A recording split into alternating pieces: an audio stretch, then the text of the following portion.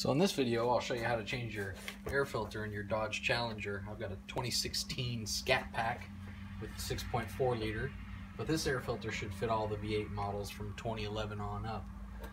This is an AEM Dryflow. It's part number 2820460. It doesn't require any oil.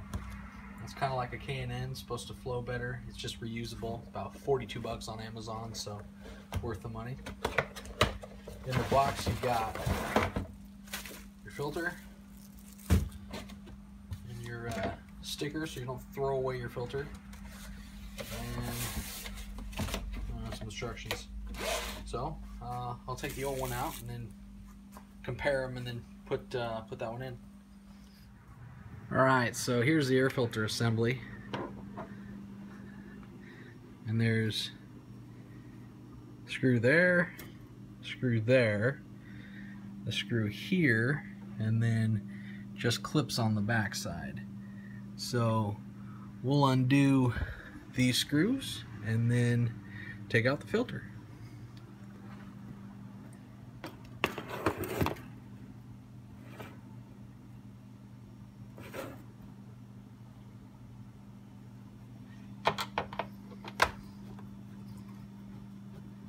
The car's got about 10,000 miles on it. It shouldn't be too terrible. It's stock, other than the air filter we're about to put in it.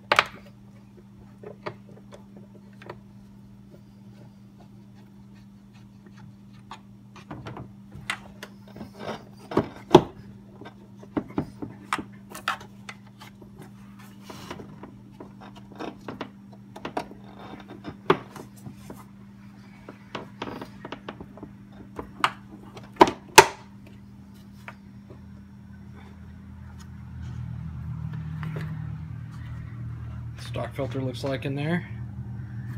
Got some sort of black dot on it, but